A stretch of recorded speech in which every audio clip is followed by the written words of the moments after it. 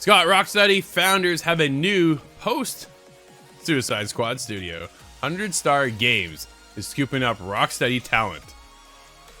Michael McWhitter over at Polygon. This is what happens, Scott, when you get burnout. People leave. Yeah. Right? Rocksteady Studios founders Stephen Hill and Jamie Walker have established a new development studio in London called 100 Star Games, which is described as a AAA game studio startup that will consist of only 100 industry veterans and emerging talents. 100 Star Games has not been officially announced, but it is listed on the corporate data website Endhole, with Hill and Walker listed as the directors. And according to the company's website, which appears to have gone live in October, it's hiring for open positions.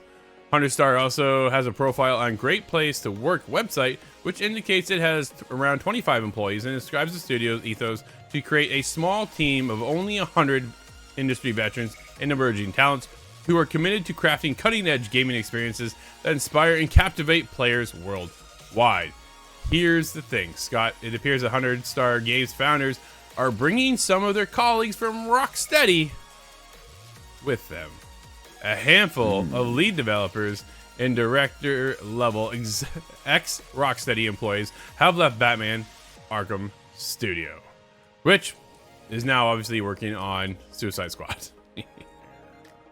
Yeah, this appears to be a bit of a mutiny, does it? That's the biggest thing, right? I think they saw a point where like, we don't want to do this.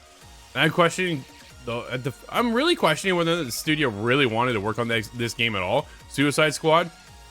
And then the people were like, you know what, I'm done.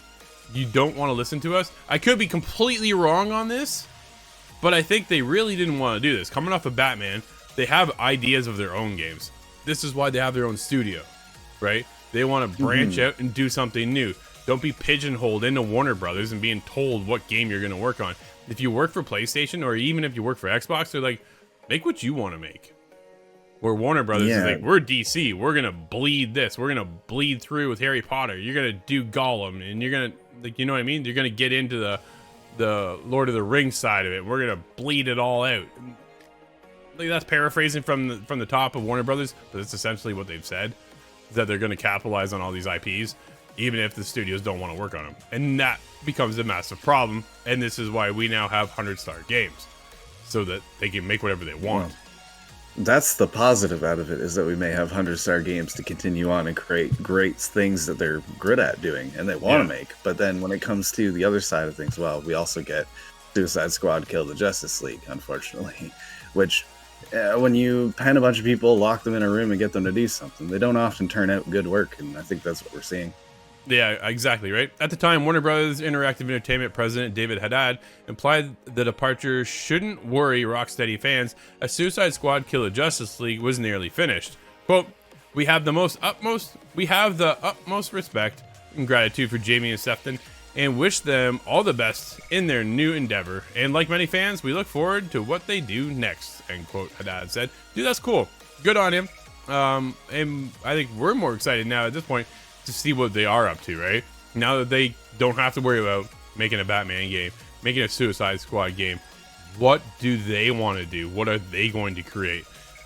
High hopes, man, but this is what happens when you get pigeonholed and you get told what to do and you set one path and you can't branch out from this, right?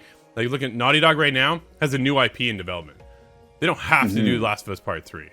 They never will have to do The Last of Us Part 3. I think they will, right? I think we're guaranteed to have a Last of Us Part 3, but PlayStation is not telling this is what you need to make. Now, granted, Naughty Dog is also one of the top tier studios over at PlayStation. So, but Rocksteady, dude, is a top tier studio. You should give them the freedom in the first place to do what they want to do and not hold them over to DC IP only. No, I think it's a mistake to force anybody to do anything. We've seen it with Arcane Austin and how they did not like to produce Redfall. That was a good example of how not to do things. And then, as much as I would like to see a Titanfall 3, I cannot and would not sit down and force Respawn to put out another one. There's just not going to be any quality there. Yeah, I'm really curious if we'll see these employees go on to work on another superhero game. Yeah, I don't think so. I think they want to branch away from the superhero side of things and get into something else. It's interesting that you mentioned Redfall, right? Because I just said Xbox, I'm going off of Phil's words, say that they don't force people to create things, but yet it sounds at the end of the day that they were forced into that one over at Arcane. Now that could be Arcane and Bethesda making them do it, not Xbox.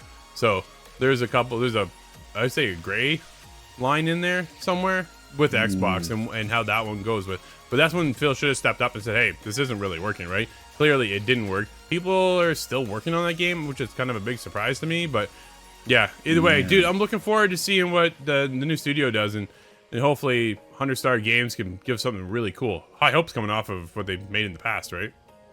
Absolutely.